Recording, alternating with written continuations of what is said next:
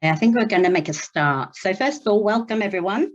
My name is Jazz Shaban. I am one of Bond's Disability and Development Group co-chairs, and it is my great pleasure to welcome you all to this, our fourth Disability and Development Shared Learning event, done in partnership with the National Lottery Community Fund.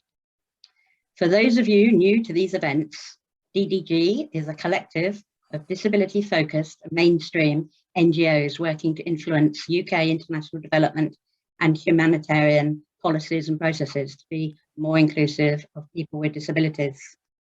The session you have joined today aims to explore the intersections between communications, language, and disability. We will be hearing from organisations, including Bond Disability and Development Group members, about how they approach their work in this area, and hopefully identify good and bad practice that will support an alternative approach to enabling communicators to confidently move forward in what is arguably a challenging area, judging by the level of interest in this view. This event was actually sold out after just 72 hours of going on live, which is really brilliant. Overall, the aim of this event is to arrive at a level of understanding that can allow concrete change in practice, as well as produce some outcome resources which will share some of the learning from this webinar. So I'm just going to pass over to Lena to give us some housekeeping. Many thanks, Lena. Over to you. Great, thanks, Jazz. So as Jazz has welcomed everyone, welcome to this event. We are going to be using breakout rooms for this session. And when we do that, we'll be putting you into groups which you may have selected beforehand on registering. We want to try and keep the groups similar sizes so that we can get into really meaningful conversations over the areas that we'll be exploring. As we're on Zoom, I can see a lot of you have your cameras off. That's completely fine. If you have trouble with your internet, please do turn cameras off. And when you're in your breakout rooms, you might choose to turn them on to get a bit more engagement. We will be recording this session, so we're going to be recording the plenaries where all of us come back to this room, and we'll be sharing that recording after the event as well. Because this is an inclusive session, we have got captions that you should be able to see at the bottom of your screen, and that will also be on the recording as well. And in keeping in mind with the inclusion and the type of event that we want this to be, please do think about when you do speak and give enough space for other people to speak as well. We want to hear as many voices in the conversations that we have today. So with that in mind, we're going to keep to strict time, and I will stop talking now and hand back to Jazz. That's brilliant. Thanks, Lena. Okay, then. So just to reiterate on the format, we've got a plenary of 4 fabulous panelists, all of whom are experts in their area, particularly around communications and language and so on. Talking very much about what language means in today's media landscape, as well as how to do effective communications as it comes to engaging with the society at large.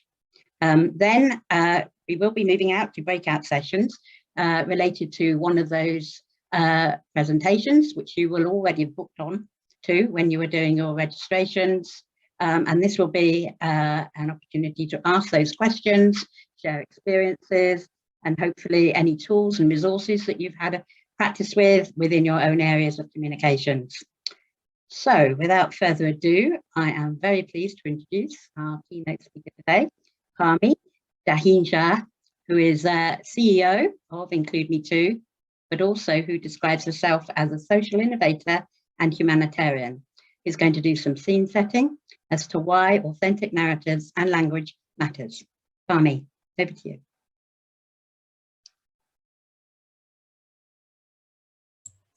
You're on mute, Parmi.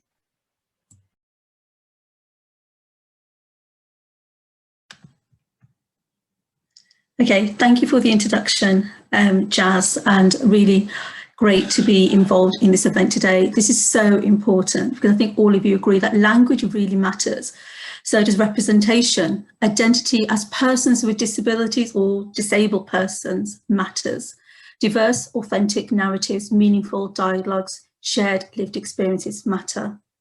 Since last year, Bond has had many discussions to reflect on the cultural shift that is necessary, exploring the language used within the sector, language and practice which needs to be changed, which is outdated, and also exploring intersectionality and the need to address the issues of systematic racism within the sector.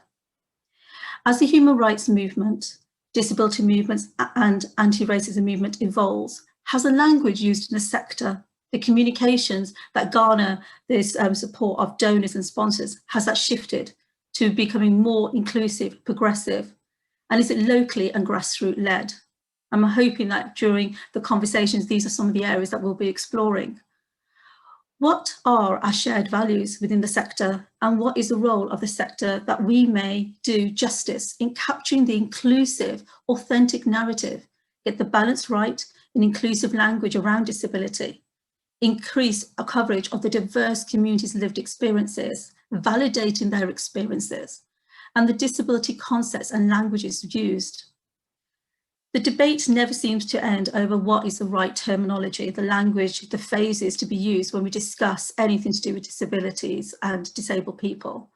And there is no real agreement which words strike the right balance between accuracy and clarity, realism and positivity. Disability words, once that were deemed progressive, during the 19th and the 20th century, are now seen as can be deemed as provocative.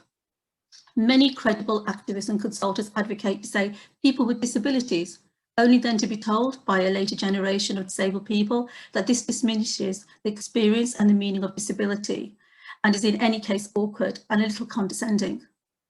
Is there a way for anyone to navigate disability language clearly, inclusive framing, safely and respectfully? Reclaiming insulting terms for our, that are usually used in terms of cripple and crip. There are many disability activists and participants who see this as part of their identity, as part of their disability culture, still uses to refer to themselves, either ironically or defiantly. It's a kind of situation where if you're part of a group, you can use it for yourself, but if anybody outside your group mouths it, it is seen as an insult. Within the global south, we must acknowledge communities have not been afforded the opportunity to explore, identify, and construct the words, the language pertaining to impairments and disabilities. The global north have constructed disability models, languages, concepts, and with the aid sector, these are imparted to the communities in the south. Having the opportunity, the space to conceptualize disability language inclusion, an understanding of human rights, having diverse communities map their journeys within the disability movement globally needs to be mobilized in the global south and amongst racialized groups of disabled people. The authentic narrative is still missing and underrepresented of people of color. There are many negative stigma, taboos, myths and superstitions associated to disability, and the communities have migrated into the global north. The negative conceptions have continued, and the tide must turn, and only can turn when the dialogue is supported and there's increased alongside positive portrayals, role model representation of racialized disability groups. Amongst disability activists, those that are representing DPOs from the global south, they have shared the lack of confidence to challenge concepts of disability, sharing their lived experience and how they identify as a disabled person or person with disabilities, due to their concern of being reprimanded by white disability activists. Disabled people of colour are concerned with the power dynamics and influence of those who they work with, who are well-connected, resourced and wield influence in the disability international spaces. They've shared how they have been made to feel inadequate in regards to expertise and experience, and are concerned the use of language they may use will be corrected in front of their peers. 2 points I want to just finish with. Language is personal.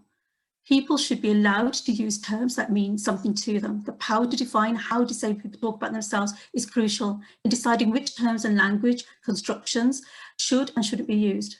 Respect disabled people's actual language preferences. The most essential guideline for disability language is to use whatever words each individual disabled person prefers. Any well-meaning person's reasons for the choices they believe in are largely secondary compared to respecting how disabled people want to be talked about and referred to. The question is then, who controls the narrative? And who should control the narrative? Current practices in the sector in communication regarding disability can devalue the lived experience of disabled people, dehumanize disabled people, children, young people, further the notions that disabled people are a burden to society, non-contributors are vulnerable, that all are vulnerable. How people represented, described or referred to can have a considerable impact on how people with disabilities or disabled people feel about themselves and how they're perceived. The words that we use can create barriers or stereotypes that are not only demeaning to disabled people, but also rob them of their individuality. The language you use plays a significant role in helping to create a more inclusive world. Is the sector ready to reimagining how inclusive communication in the aid charity sector can be delivered within a human rights framework, continue to galvanise and support resources from stakeholders? A cultural change is a must, is a necessary, and yes, we recognise it will be a challenge for the sector to move from tried and tested formulas they have already become accustomed to. A reframing of the dialogue, a richness of diverse, authentic narrative, the role of communities, local people, what is possible, sharing of power, experiences acknowledging the local grassroots actors, change makers for inclusive language, disability inclusion and communications is key. The courage today is to flip the narrative, to support the authentic narrative, inclusive narrative, supporting human rights and advancing disability rights and inclusion. Thank you. That was fantastic, Parmi, brilliant. What a great scene setter that was. I mean, lots of food for thought already. Certainly encourage people to put any comments and thoughts in the chat box, which is great as we're going along, because all of that will be collected up. But now I'm going to move us straight on to our 4 plenary speakers. The first is Libby Drew.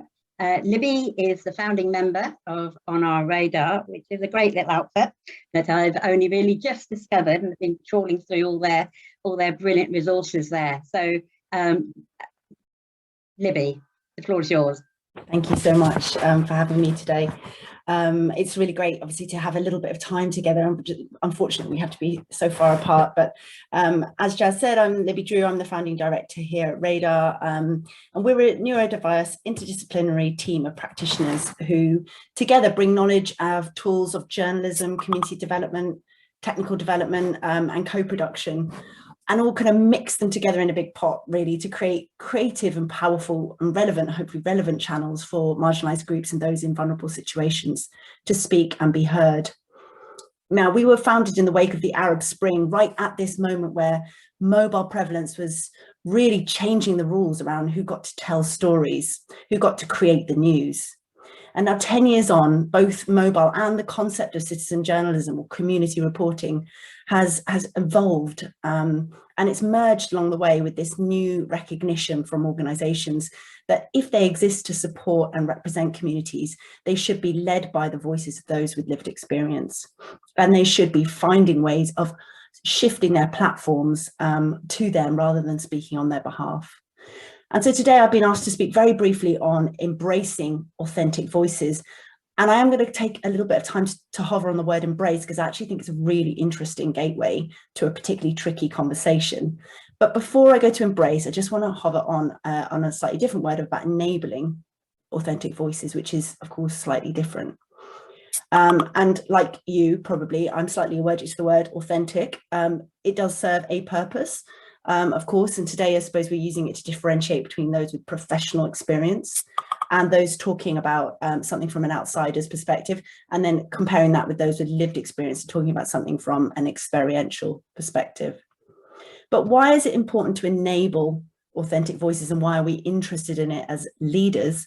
Of course, there's this moral imperative that community storytelling or community voices have value to those who are the storytellers. They enable them to make their needs heard, their concerns are listened to, and there's a common agreement that it's the right thing to do, the right direction for travel.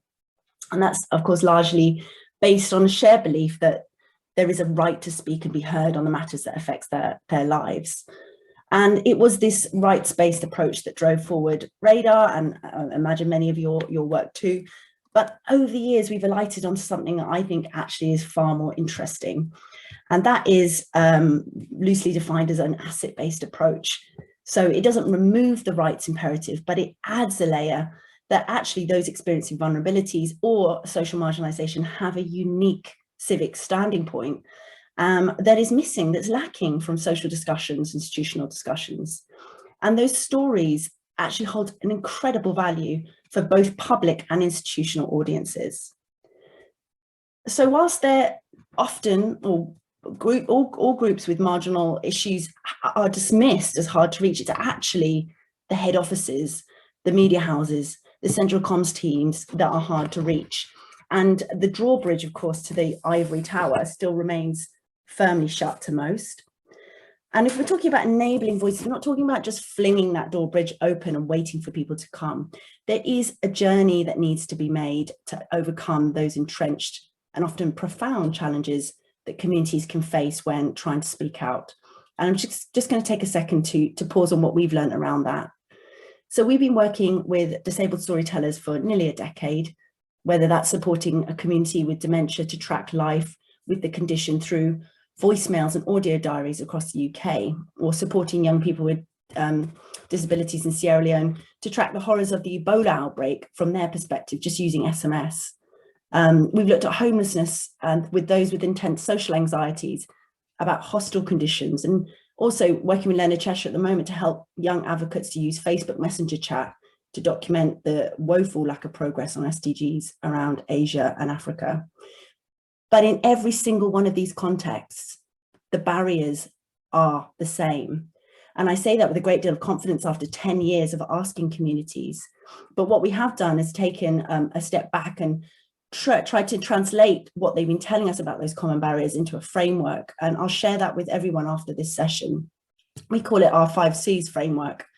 And that represents the dents that society have made to confidence, so a lack of self-esteem, conviction, the erosion of sense that anything might change, the lack of investment in capacity, and by that I mean a mix of knowledge, time and resources, a lack of connectivity, so being left behind in digital, yes, but also social and political networks, and finally a sticky one, but that high expectation of craft, the requirement of polish or a skilled frame that raises the barrier of entry so high to not just young people who want a career in storytelling, but anyone who wants to just share urgent insight about a life experience.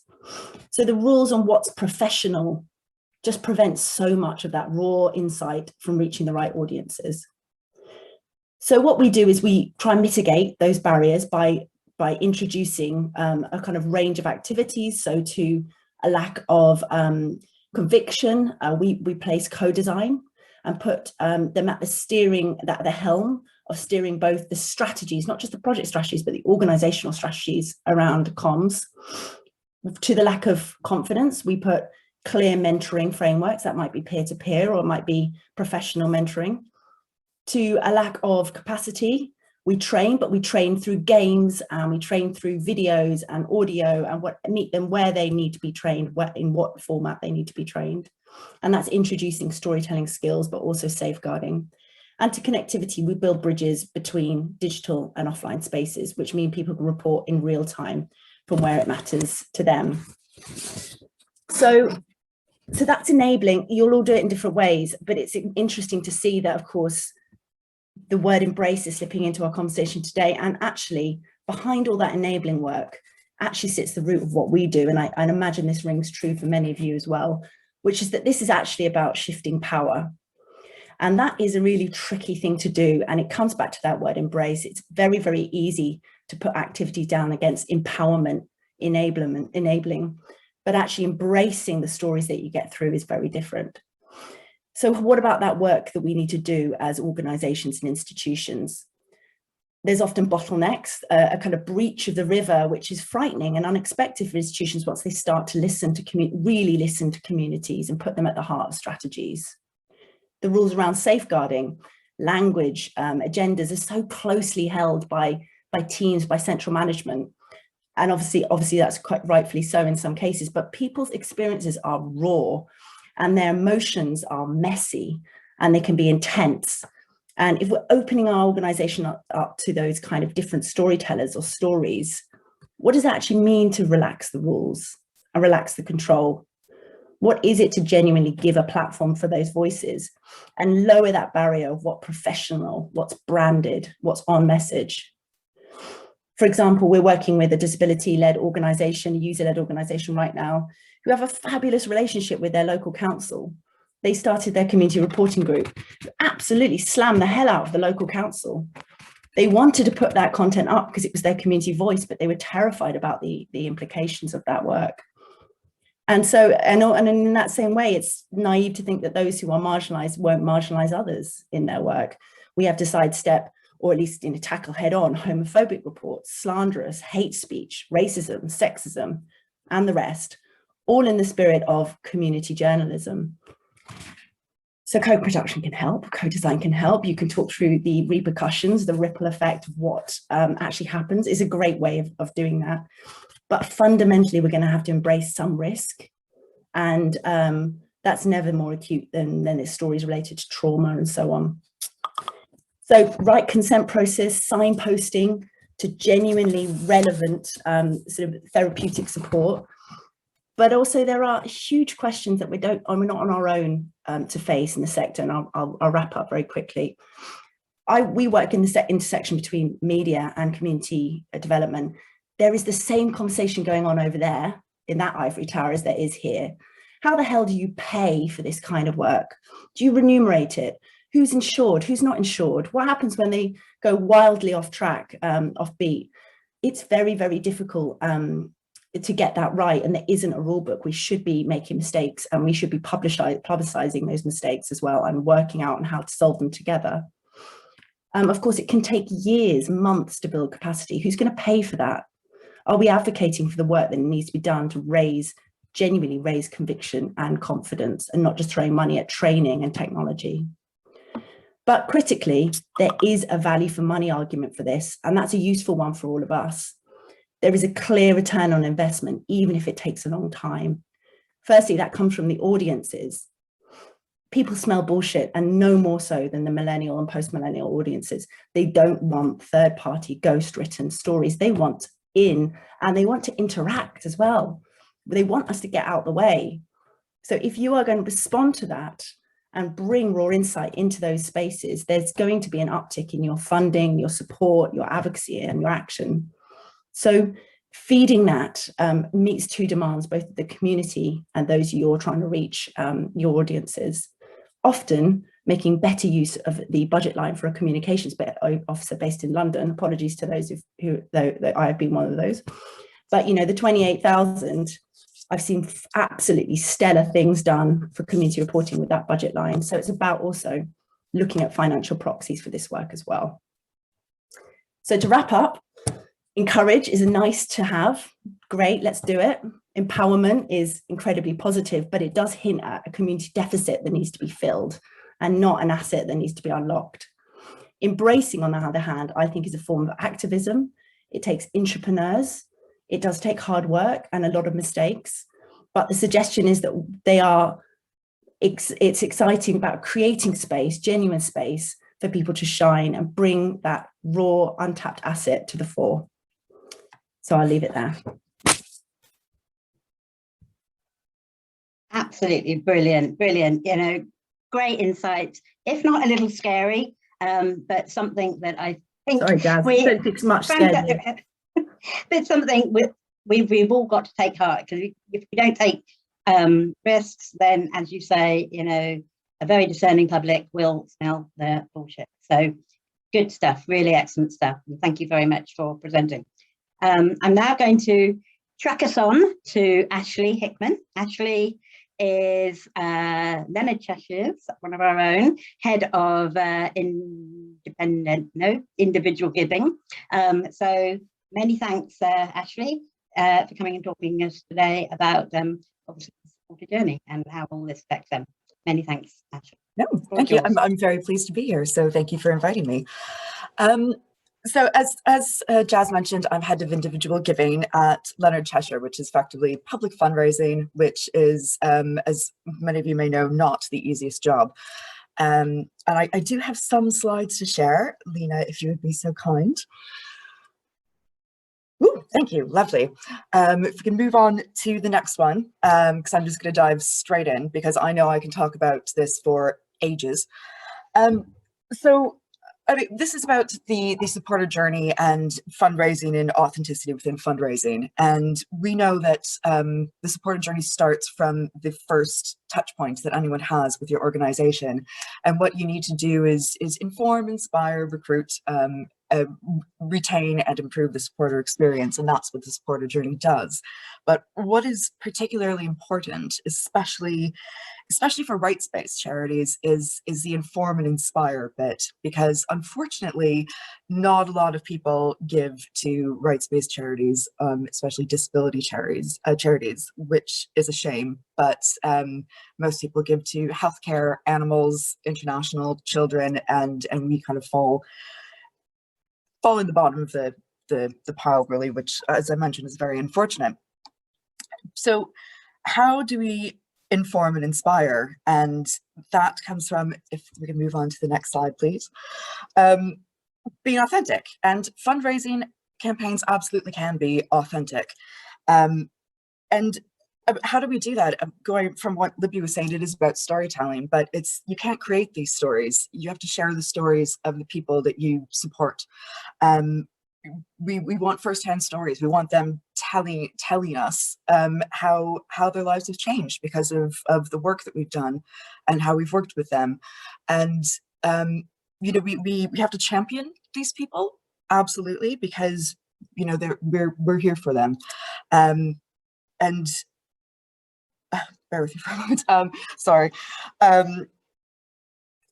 We know we can't marginalize them. We can't show vulnerability because they're not vulnerable. They're strong people who are overcoming barriers, and we want to show people that, absolutely. Tell them the truth, the real story, and we absolutely do not want to create this sense of otherness. We see this a lot with, I've noticed some international charities is very us and them, but we're all in this together. And we also, as people, we identify with others who are going through similar experiences. We don't identify with the differences because we can't. And we have to be absolutely transparent about what we are fundraising for. You cannot create a cause for support. You have to come right out and be honest about it and gain the trust from the public. And some ways we do this at Leonard Cheshire, for example, is there were many things that we do, but we will come out and have someone from one of our programs such as Change 100, and they'll be telling us about how the program, how they found it, how their life has changed since the program, and we have them actually coming straight out and telling people why it is important to fund these, and we give them the exact example of, because they're seeing it right there, the example of a person who has come through this, and just hearing it from their own voice, their own point of view, their experience, their experience. And that, in that way, that's how you have to be authentic, and how you are authentic. We, don't use actors. Just show the people who we really are. Yes, so I'll move on to the next one. Apologies. I have notes all over my desk at the moment, so I'm jumping all over the place, and I do apologize. The next thing we need to know, and this is incredibly important, and I'm probably going to sit on this one for a little while, because it's where a lot of organizations fall down and where it is incredibly important in terms of inclusivity. That's understanding the supporters' needs and being able to personalize their experience with you. So it's not only recognizing what they want to know, the channels through which they want to consume this information, and knowing how they feel. You need to consider the accessibility of your communications, and where that happens, and this is the very tricky thing and a stumbling block for a lot of people, I've realized, is that we seem to forget about certain things, such as the colors and the typeface of the communication that we're sending out. Is there audio and audio description? Are there subtitles? Is it available in different formats? Is it available in large print, braille, text phone? And are you using the correct language? And I think, again, most importantly with that, with the correct language, is also just making it, using the inclusive language, but also writing in plain language and being very concise about what it is that you are saying. Because when you aren't getting these bits right, you won't necessarily realize it, but you're being completely exclusive to a whole just section of your audience. And this is really how, additionally, once you have these supporters kind of in your realm, and they're considering giving support or time and money to you, this is where you really build that relationship with them, is by providing them with what they need. We'll move on to the next one. Thank you. Finally, you have to be collaborative and flexible, and this is not just with the teams within your organization, so you know that you're all sharing the same message, but you really need to involve disabled people from your audience in the planning and development of these communications. So this is your target audience, and what they have to say is absolutely valuable, and you won't necessarily get it right without their input. And finally, it's about testing and being patient. You need to try different approaches to get it right. And this is testing with your audiences, this is testing internally, this is testing with panel groups. And it takes a while. It absolutely takes a while. And you're not going to see success straight away. But it's commitment and retention are your key metrics. And like I said, it takes a while to see those, but annual surveys, I will say, definitely really helps with with measuring success in the interim. And I know I kind of rattled through that very quickly because I'm so conscious of time, but in the breakout session, I'm hoping we can delve into this a little bit more and look at some actual campaigns and kind of find out what those stumbling blocks are and seek to overcome them. So thank you very much. Fantastic. Thank you very much, Ashley, for that. So a lot of food for thought, and hopefully people are going to be saving up those questions. So I'm going to move us straight on to Tom Shakespeare, who's limbering up there in the wings. You've taken off your funny hat now, which I'm very depressed about. But so do feel free to pop it back on if you feel the need. Tom is a professor of disability studies currently at the London School of Health and Tropical Medicine, but he also has a very lucrative career in writing books and stand-up comedian and moved him in this path. So over to you, Tom. Thank you very much, Jazz, and I hope you like my hat. Every man in the 18th century of class and breeding would have worn a inside turban, and it saves on the heating. So I'm going to try and keep to my 10 minutes, and I'm going to talk about approaches to disability, the tone of how we should communicate, and a few tips as to how we might do it. And I do this not as a communication professional. I'm chair of Light for the World UK, but I am not in the job that you are, and I don't have the expertise you are. So I know we're all here and we all share the same emphasis on moving from what you might call a deficit-based communication to a rights-based communication. And I completely endorse and support that. when it's sometimes described as a move from a medical model to a social model, I feel a little bit more anxious, because I think that disabled people are like non-disabled people. They have all the regular needs of any human being.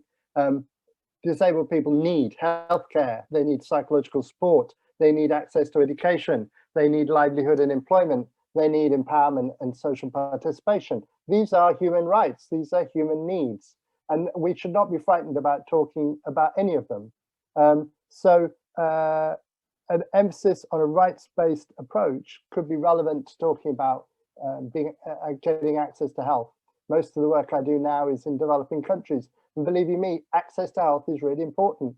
I developed a spinal cord injury in 1996, and I expect to live a normal, no, that's not true, 2008. Sorry, other things happened in 1996, I can tell you more about later, but I became spinal cord injured in 2008. I should have an average life expectancy. But in Sierra Leone at the moment, I would have about a 2-year life expectancy if I was spinal cord injured. A lot of conditions that we think of as compatible with long life are in fact palliative conditions in a lot of poorer parts of the world. So access to healthcare is one of the very many areas that we should focus on, and we shouldn't be worried about that. So I can talk more about that in the group. What we need to avoid is inappropriate medicalization. So when I rock up and I want, I don't know, access to a building, the fact that I have a D2A transposition at 0.38 of my FGFR3 gene or spinal cord injury at level L2 is completely irrelevant. What they need to know is that I use a wheelchair and I have rights under the Equality Act to access their building. And if they haven't provided it, they should move pretty fast to do so. So inappropriate medicalization is when we explain inequality in medical terms. For example, you could look at the experience of people with XX syndrome in the UK, and you could say that people were excluded and silenced and vulnerable to violence or the rest of it. But that's not because they're women. They do have, mostly women have 2 X chromosomes, but that doesn't mean violence against women by men. That is a completely different social, political dimension, which we combat in those ways, not in medical ways. So avoid inappropriate medicalization, but don't be frightened of thinking about medical, psychological, educational, livelihood, all of the different aspects of human life as being relevant to disabled people. So the second thing is I want to say a few words about tone. Please forgive me if you think I've already been patronizing you, telling you what you know already, but frankly, disabled people are very used to being patronized. Forgive me if I have inadvertently patronized you. It shows how easy it is to do. We must all be alert to it. We don't, and I think when you're patronizing, it's because you don't understand your audience and you're telling them things they already know, and you're talking down to them. And so it's all about our relationship with our audience, our understanding of our audience, and our sense of shared purpose with our audience, which enables us to forgive each other where we inadvertently tread on people's toes. And so I hope today we're all about the same thing. So if I've been a bit patronizing, I hope that you say, well, Tom's saying some interesting things. He means well. He's worth listening to. So disabled people have to say to you, the patronizing, the talking down, the paternalistic has to go. It's too associated with old school charity communication. And I know that you know that. The other thing is to avoid stereotyping. When I got this, I had my friend make me a hat. And when I got this hat, you may think I failed, but I was really keen to avoid looking like a gnome with a hat with a bell on. Maybe I failed at this. I wanted to look like Hogarth or Alexander Pope, who wore very similar turbans, as I say, in the 18th century. But you can see what I was frightened of. I was frightened of stereotyping. I was frightened of looking like a gnome with a bell on my hat, looking like Noddy. All of us are stereotyped. Black and minority ethnic people are stereotyped, lesbian, gay people are stereotyped, disabled people are stereotyped. And so if we are alert to the dangers of stereotypes, we can stop ourselves and hopefully think about how our language or our imagery or our photographs reinforce or undermine those stereotypes. Because I think we want to be undermining stereotypes all the time. Because what we want is the maximum freedom for human beings to be what they can be. And that could be anything. I demand the right to wear a silly hat. just because you might think I'm an elf with a silly hat, I'm going to take that, I'm going to go with that, I'm going to go right the other side of that and say, no, I'm an 18th century man of letters, so you can F off. My friend Stella Young did a wonderful TED talk that I'm sure most of you have seen about inspiration porn. And what she's talking about is this tendency to say, whenever disabled people do anything, we must praise them. Aren't they marvelous? Aren't they inspirational? Aren't they great? And therefore, non-disabled people are kind of let off the hook. And it's about saying almost, oh, look, you know, what you have to deal with, oh, it's nothing compared with what they have to deal with. And I think that's problematic because every human being has to deal with a whole lot of shit. And disabled people have to deal with a whole lot of shit, and you have to deal with a whole lot of shit. My children are grown up and left home, and I look at people who are doing this work and they're still homeschooling or looking after their kids and all the rest of it at the same time on lockdown. And I think that is shit. I don't know how you do it. I may be disabled, I may be in pain or whatever, but I don't have that shit. And so each of us has our own shit to bear, and we deal with it. And rather than feeling sorry for each other, we should be understanding of the barriers we face, but realize that we have this immense capacity of resilience, of adaptation, and of coping. And most of us, most of the time, cope with the shit. We should be more open to support each other when we need it. But above all, we should respect the fact that we've dealt with the shit. So let's try and avoid inspiration porn. And then finally, I promised you a few tips. And I'm not any sort of expert in how to do this. You are the expert. But it's already been said on this call. Ask people what they want to be called. Just ask people. Talk to them. Understand what disabled people want to be called. I've had to pull myself up a number of times in the last couple of years. First of all, as you know, in Britain, we say disabled people, and globally, often it's called people with disabilities. I've always said in my life, disabled people's organizations, and I've been founding them and working with them and promoting them for 30 years. And now I'm being pulled up in the last year saying, no, no, no, it should be OPDs, organizations of persons with disabilities. And I'm going, I am too old to change from DPO to OPD. But I know in the global context, if I don't say OPDs, I'll look like an outdated crank. And so I've got to change that. So it's about knowing your audiences, knowing what is current. I have always thought that, you know, generally people first, language is better. I'm a person of restricted growth after all. But my autistic friends say, no, we are autistic people and we want to be known as autistic people because autism really influences us and our character. And so, boom, I have to change. I have to start talking about autistic people. And you know what? Most of you are younger than I am, and it will change every 5 or 10 years. What you thought was trendy or progressive or up to the minute will not be. And we just have to take a deep breath and swallow hard and go, okay, I'm going to get with your new language, because otherwise you may think I'm a dinosaur wearing a funny hat, but you're going to be a dinosaur with or without a funny hat in 5 to 10 years time. So beware, language changes, let's keep up with it. And above all, Jazz has put up the fingers, so I'm going to say, avoid the fucking fear.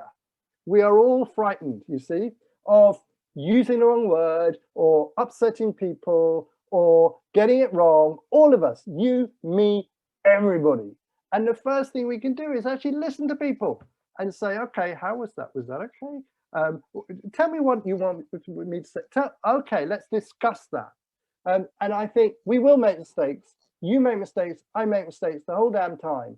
But the best thing we can be is listening, willing to change, and open to saying, I'm doing my best. Bear with me, and let's do it better together. Thank you. Fabulous, fabulous. Great, great stuff there, Tom. Thank you so much for that. And we'll probably put the bleep on the recording on overtime. But that's absolutely fine. I'm sure. And now we'll switch your camera off.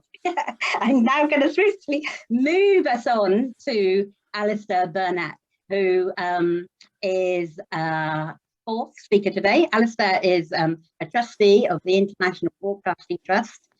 He's also former director of news at Sightsavers, which actually followed a very long career at the BBC World Service and BBC News. So I'm now going to pass you on to Alistair. Alistair, the floor is yours from a journalist point of view. Thanks very much. Hi, everybody. And yeah, thanks for inviting me. And I think, Tom, I'm older than you, so by the look of it. So yeah. Yeah, I've been asked to talk about what makes a good disability story. And I think rather than talk theoretically, I was going to, I think, be easier and probably more informative if I shared some case studies with you, some stories that worked when I was leading the media and comms at Sightsavers. And so what I want to do is focus really on placing stories in the media rather than stories that we would do for our own channels, because obviously with the media it's more difficult, more challenging to control the framing, the language and the representation of disabled people. So I'm going to look at the anatomy of a couple of stories from the time at Sightsavers, look at how we tried to control the narrative and ensure our key messages were included in the media pieces, and also how we dealt with issues of language, style guides, and the importance of emphasizing agency and first-person testimony, and finally the value of building relationships with the media and the potential of media partnerships if you've never considered that. So can I have a look at the first slide, please? So the first slide here is a story that the Sightsavers, my media team, placed with both CNN and BBC. Two parts of the BBC actually. It was both BBC, the main BBC News, but also BBC Hindi service, as it was an Indian story. And basically, just to recap the anatomy of the story, was as you may know, India has one of the highest levels of violence against women and girls in the world, and young women with disabilities are even more subject to violence and abuse than non-disabled young women and girls. And Madhya Pradesh, it's in sort of north central India, is where Sightsavers has its North India office, has one of the highest levels of violence in the whole of India. And the freedom of movement of women and girls with disabilities is limited than it would be. And Sightsavers, with a local partner NGO, where the local office decided to run self-defense classes, teaching women and girls with disabilities how to defend themselves, things like judo, gained in confidence and then ended up going to school and to get jobs because it gave them the confidence to go out of the house, literally go out of the house. Some of the girls and the young women also went on to compete in judo competitions, and some competed internationally for India's blind judoka team. And we thought this was a story that might hook the media, and it did. Now, why journalists went for it? Well, obviously it was a strong human interest story, but it told an important story of empowerment. But I think it was the judo element that gave it novelty and the drama and the visual appeal that media look for in a story. So how we actually delivered it? Well, we, rather than facilitate a visit to India with a journalist, we sent a member of the media team and a social media officer to India, and we employed a photographer who was working for us to capture the story, so that we could tell it through the words of the young women themselves, to ensure basically that we were honouring, the nothing about us without us, and emphasising the agency of the women themselves. So we were literally using their words, not putting words into their mouth. And obviously our local North India officer who had actually piloted and developed the program, she was also interviewed and was able to get across our key messages. So we were able to successfully embed the messages we wanted, which was we wanted to convey that the level of violence and discrimination against disabled people was very high, that empowerment can change lives, that people with disabilities have agency and are not passive victims. And we also wanted to emphasize the importance of working in partnership between international and local NGOs. And we successfully placed all of those elements in that story. So the second slide, please, which is another example. I hope you can see that because it hasn't changed on my screen, but tell me if it hasn't. So this was a couple of stories from the Daily Telegraph. Thank you. The Daily Telegraph. We took a similar approach with the story of basically Sightsavers ran a project in Cameroon to support well, I'm going to offend people and say we were still calling them disabled people's organisations a couple of years ago, but to exercise their political rights. And the aim was to place this in UK media ahead of the first Global Disability Summit in July 2018. So we sent a media officer and a freelance photojournalist from the UK who knew what kind of images would be desired by the media, by the Telegraph or the Guardian, were our targets when we left. We went to Cameroon to gather the story of the people with disabilities, campaigning for those rights, but also exercising those rights. Again, we had very strong personal stories, which challenged a stereotype, we think, of passive victims of discrimination, and it was told through their testimony, through their own words. And we used the photojournalist with a track record of, as I say, of successfully placing stories in UK media to try and best ensure the images told the story in a way the media would want. And then we pitched the story through journalist contacts. The Guardian turned out not to be interested in it, but we pitched the story through journalist contacts. We already had a strong relationship with the Telegraph. And that was a key target. You might wonder why. Well, it was read both by Sightsavers individual supporters. It was according to our audience research, and also it's read by Conservative politicians. And as we were advocating for ex-DFID, former DFID, to adopt its first disability inclusion strategy, we thought it was an appropriate media target.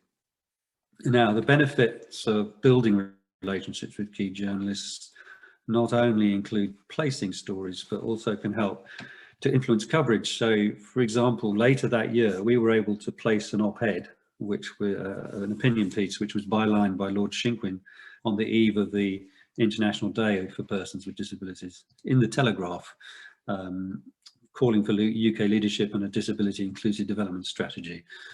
So one thing led to another. Without the piece from Cameroon, I don't think we would have been able to place the op-ed later. So it shows the value of building those relationships. Can we have the third slide, please? So the last thing I wanted to talk about is the value of potential value of building media partnerships.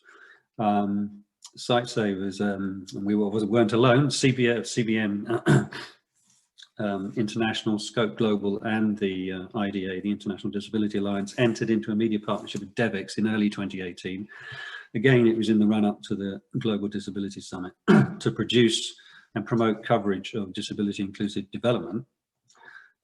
It was money and time well spent, because not only did we get several pieces of coverage of Sightsavers' work, and the other organisations got coverage of their work too, we also got 2 thought leadership pieces on the platform. And it was interesting because it also helped, we also helped as a group of NGOs, organisations, we helped to basically influence the editorial plan for the series and the online hub that DevEx developed, which is still there, called Development Enabled.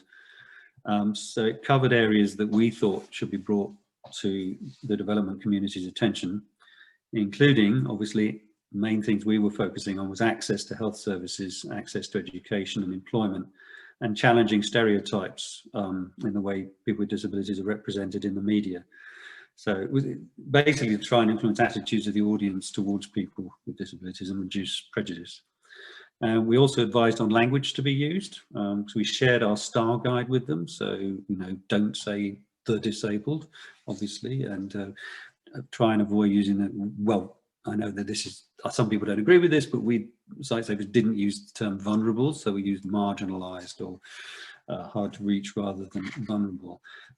And we also advised DevEx on how to make the content accessible. They hadn't thought about that, interestingly, so that we shared with them how, you know, we make content accessible. You know, something basic stuff like the use of alt text images for images.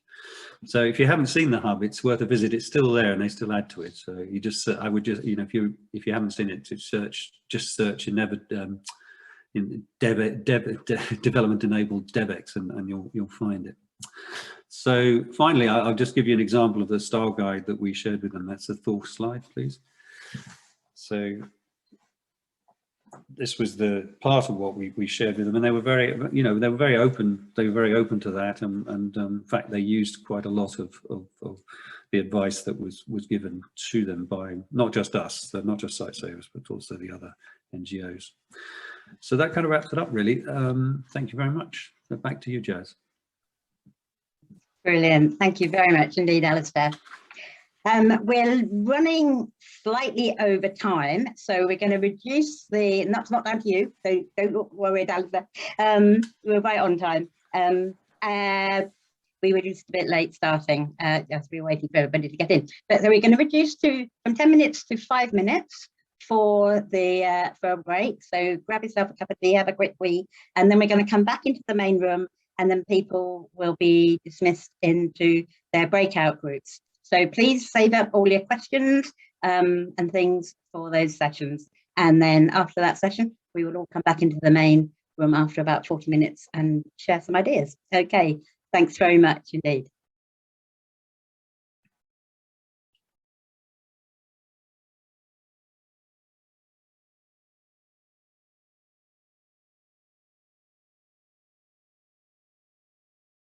Get started again. So welcome back, everyone. I hope you're slightly refreshed, ready for the bit which is the all-important bit, which is the area where you're going to kind of engage and feed in.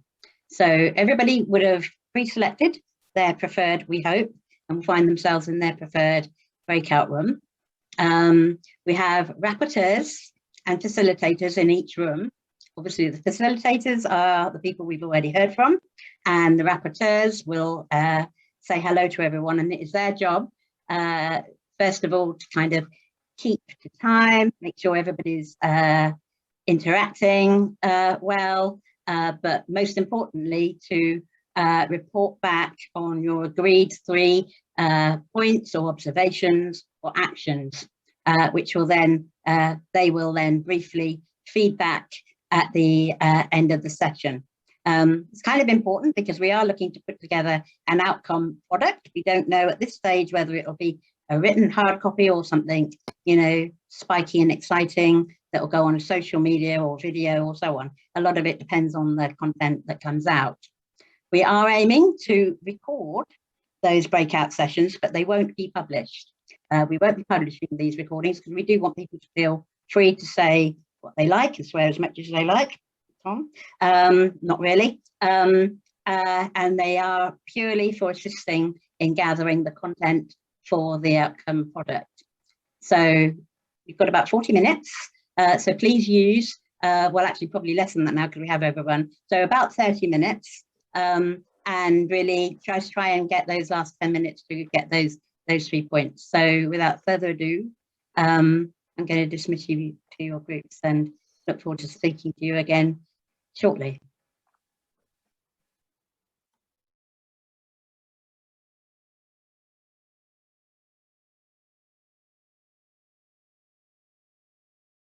I think we've got everybody back now. We haven't lost too many people on the way, which is great.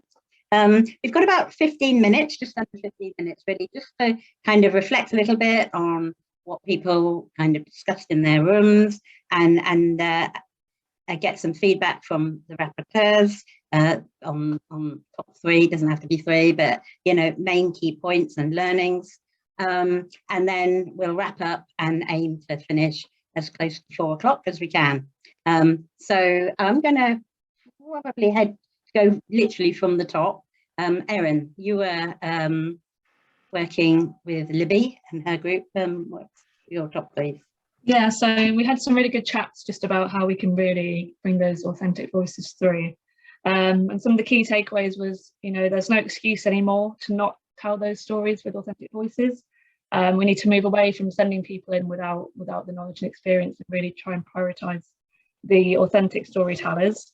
So we're all activists in that. We need to change things from the inside out. So start challenging those internal decisions, start challenging how we're using our resources and could we use them better? How about, getting the equipment for citizen journalists on the ground rather than spending money on plane tickets? And then you can combine that quality production with the storytelling kind of once everything's gathered, and use your resources in a different way. And then also just really focusing on community reporter networks. So you get people telling their own stories, but crowdsourcing stories from each other as well. So networks are a great concept for people to kind of relate to and understand, and a great tool to bring those voices to the forefront. So everyone can have an action of kind of going back to their organisations, seeing what networks kind of already exist and that they can tap into, but how they might be able to kind of bring some new networks in as well.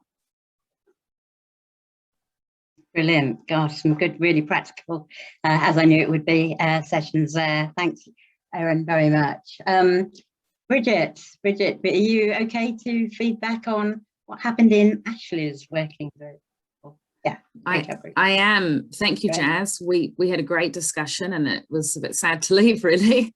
I've summed up a wide-ranging discussion in 3 points.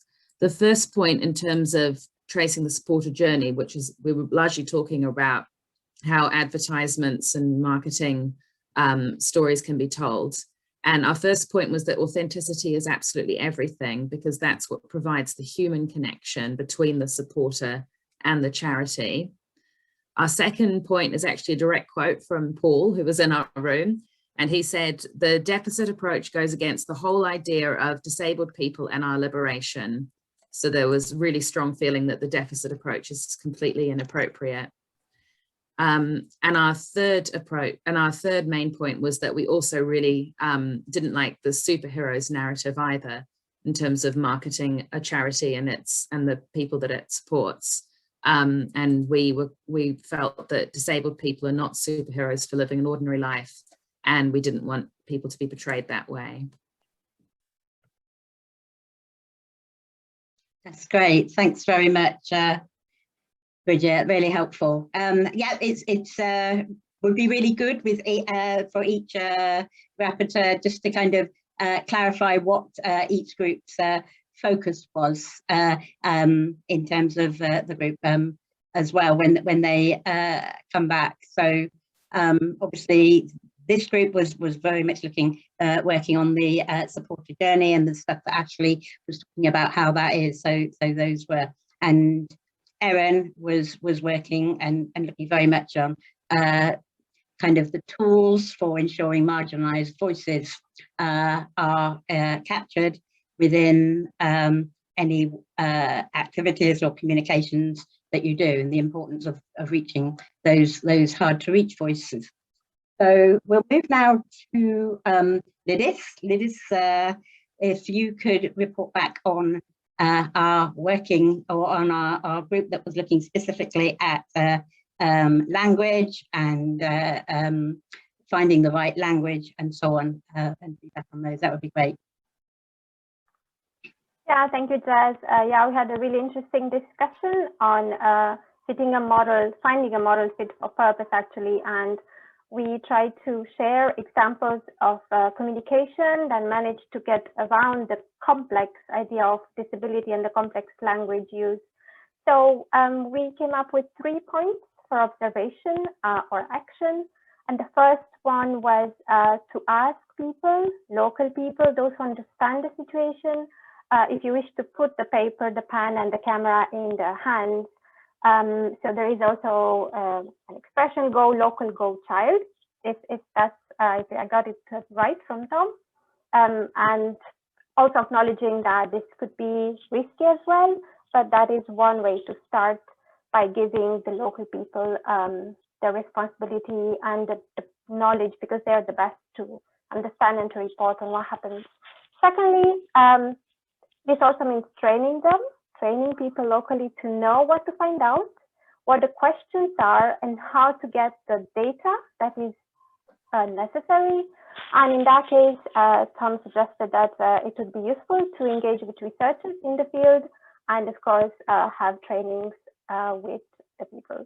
And the third one is to be aware and to try to negotiate the power relations, even locally speaking, because of course there would be differences everywhere, differences of class, of caste, of gender, and so on. And so we can aim, of course it's a process, but we can aim to make space for all kinds of people to talk about themselves at whichever level they wish. So it's just creating those sort of spaces to enable a sort of equality that we are always striving towards. It cannot be fully achieved, but we are aiming towards that. So yeah, feel free to add if anything, Jazz or Tom. Thank you. Nothing to add from me. Very thorough report back. So that was great. Thank you very much, Lilith. Thank you. George, was it Michael or was it Lucy who were rapporteuring for? Oh, Tom, your camera's come on? Did you want to say something? No, you just a lovely image of you come straight into my screen. Okay, I'll go to. It was Michael. Yes, it was Michael. Great. Okay, Michael, you're going to report back for Alistair's group, which was about that authentic journalism. Yes, so we were looking at what is a good disability story and how to engage with media. So a lot of what's been discussed we also covered, but I pulled out sort of the key actions that we've come up with. So the first one would be to build relationships with individual journalists and then use them as a gateway to get to a certain outlet. And a very important part of that is taking a journalist on the same sort of education journey that you would hopefully donors.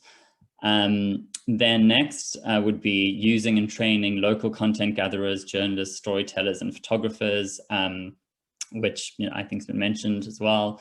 Then the third one would be to also, this isn't quite about the media, but to focus on educating the public and donors as well. Through all of your channels and through your advertising, not just through the media, because if you are trying to push a certain representation with a journalist, you don't want them to point at your ads and say, well, that's not what you're doing. So a consistent approach. And then lastly, which sort of underlines everything, is basically for NGOs to really step up to this challenge and to really take risks.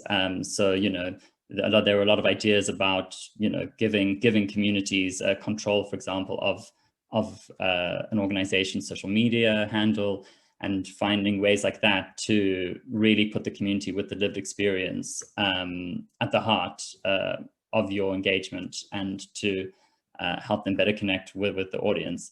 But as I said, really, it was more just about taking risks, because we aren't going to sort of see the change that we want to see if we don't take risks. And that's everything. That's brilliant. Thanks very much, Michael. With all of those points, they sound easy. They look great on paper and they sound easy, and all of them are things that we've all had experience of and tried to do, and often it's a case of just continuing to pursue them. And I'm sure if we had more time, we'd probably be able to get some more deep dives in terms of how-tos, which kind of gives me a segue into what we do with all of this information. And so first of all, rapporteurs, please keep those points and email them over. But we're also looking we've recorded today's event. And so just the plenary bits will be going out and available on the Bond website for those that wouldn't get a hot ticket for today. But we'll also be using the breakout session recordings and that to produce a document or a product, let's say, which we will be working on in the next few weeks, which will hopefully collect more. So we may well be coming back to many of you, and particularly to the speakers, to kind of help fill that out with some more great words of wisdom. We want this to be, you know, a really good, useful document. So I just want to say thank you very much for everybody's participation. We had a really great group that I was in. Everybody was very free to engage. So I also want to say a big thank you to our speakers today, particularly to Parmi, to Libby, Alistair, to Tom, and to Ashley, for doing such a great job of kind of highlighting and bringing their own expertise to this section. It's been really good. I want to also say a special thanks to our captioner today, Ewan Williams, for providing the talk text, and a big thanks also to the Bond team for doing such a really good job of keeping the technical thing on the road, because I know that I would have gone into meltdown if I'd had to do it. So big thanks for that.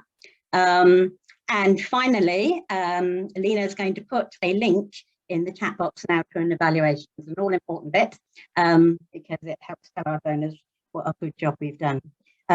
So please do hit that link. It will only take a few minutes just to give your evaluation, any feedback as we go on to do the next few events in the series. So do keep a lookout for those as we carry on through the year.